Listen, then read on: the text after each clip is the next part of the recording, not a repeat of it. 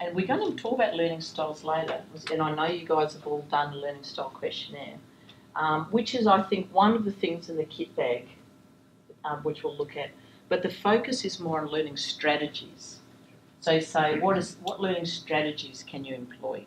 And I think that's with what in adult learning you talk about the spiky points. It's about meeting. It's not like you're doing the broad general education. You're coming to learn a skill, a particular thing that you'll get skilled at to be able to move on with.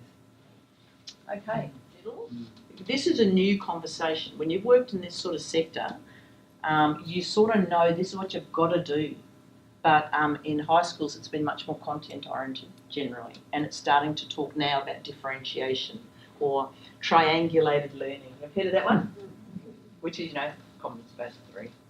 So you've been leading the field with your hands-on practical learning, knowing how people learn. Okay. So, in a way, what we've already been doing is what you call metacognition. You're probably familiar with that term.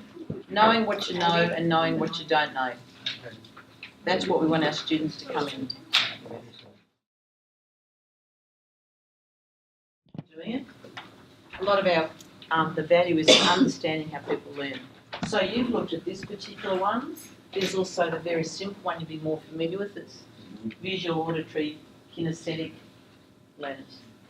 And there's also Gardner's multiple intelligences. You may or may not have heard of that. Yeah, where he says, look, we all have different skills. Some people are people smart, have a really good interpersonal skills. Some are music smart, some are body smart, good at sport and stuff like that. Some are picture smart, spatial, some are nature smart. Some people can just grow things. Any good gardeners here? Yeah, so you're nature smart. Some are logic smart, and some are word smart. Well, they're really good at writing, they're really good at speaking. Some are good at intrapersonal, so a self-smart have a good high degree of self-awareness. So maybe those Olympian, people who can shut up and wait till everyone's finished before they comment. We all have different skills and approaches, and it's, I think, for teaching students, raising their awareness and understanding and getting them to take perspectives that other people do things differently can actually be quite a valuable part of the learning process.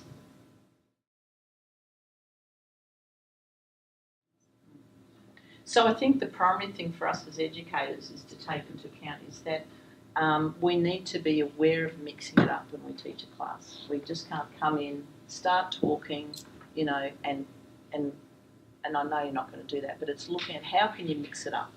And if you go back to where I started, what I'm trying to model today is some intentional direct instruction time to outline a clear intention, to get a group to focus on something and learn, to feedback and check in. And also it's moving the space, like sometimes sitting quietly, sometimes shifting the space, sometimes moving. So not that you're sitting. Now imagine if you came in and we start at 1:30. If I just talk till 4:30, it would be really boring. So it's looking at how can we mix it up and engage our learners. That's the intention. By analysing our learners and how they learn, we can look at how to mix it up.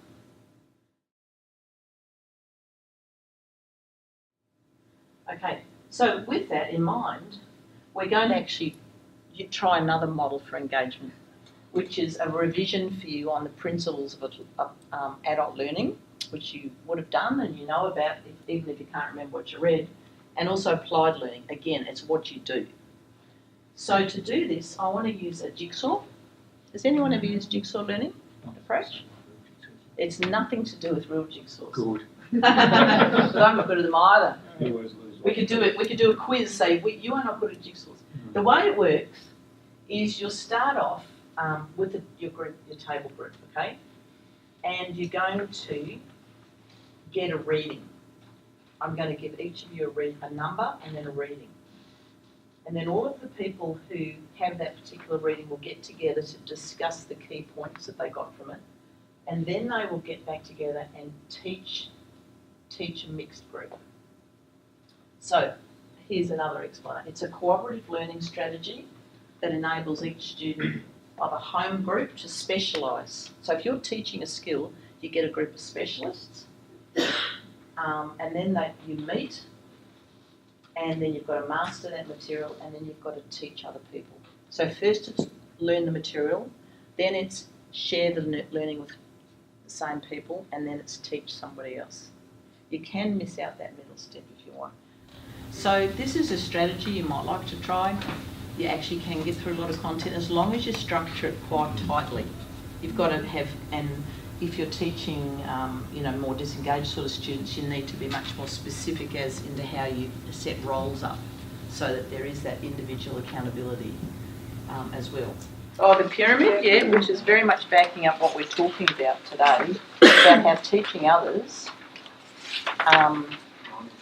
and practicing doing and discussion are the most effective ways to keep your students in your class.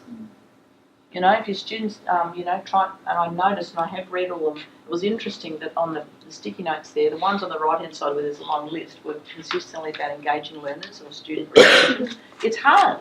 It's hard, particularly the sort of client group that we work with. But if we know that when they can teach and practice and discuss, that they're the most effective ways to get our messages across. So we're going back to where we started, is that look at where we're going. What are the skills of my students? What are the abilities of my students? What do they need to know?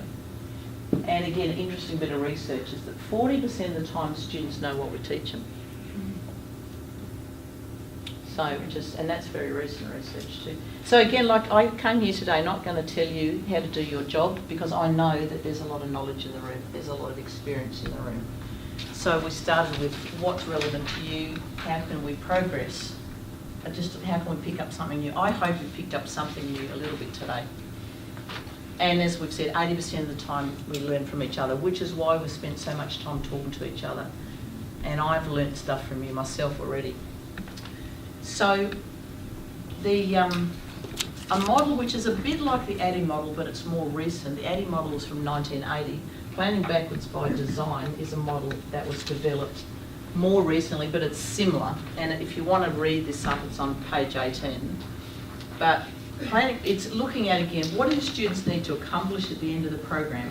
When you've got them in your class, what do they need to walk out doing? So it's working out where you want them to get to. Then looking at what will be required in terms of skills or intelligence or, behaviours. And it might be they've got to learn how to learn. That might be your first thing. So we might look at this perhaps a bit more next time, but I wanted to check in with you. Have you used smart goals much? Smarter goals? Can you give me an indication if you've currently used smart goals? Some. Okay, they can be a useful way in your planning to look at specifically where you want to get students to, how you'll measure that, is it attainable with the group you've got, is it relevant, and making it time-based. So I guess what I want to suggest for you is maybe based on your reflection now, or maybe based on what you've heard today, is what are your goals as a teacher?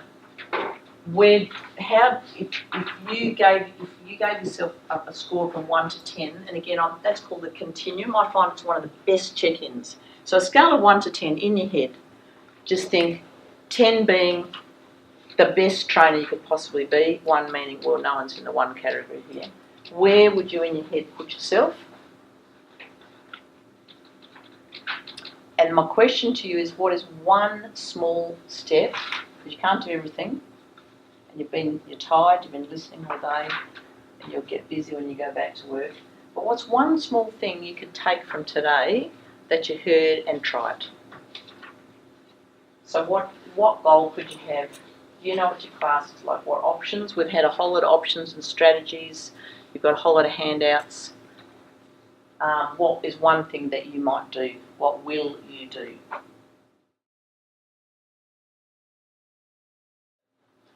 So I just want to come back, just as a bit of a motivational thing, to that, credible teachers was point 9. which is credible teachers care about the results that each of their students achieves. They're not happy to let a struggling student fail anymore, and than they are to let a bright student coast along. Yet they don't expect their students to do it on their own. Rather, they're there for their students every step of the way, and their students know it. Credible teachers are also there for their students as people. You need to make sure that your students know that they are important to you. Teacher-student relationships flourish when you accept and you like your students. Not always for who they are as an individual. So go out and talk to them about their lives, their interests, share their excitement, empathise with their sadness, their fears, be mentally present when you do. You know, you could be given the biggest gift to many of your students that they get, because you could be their safe place in the world.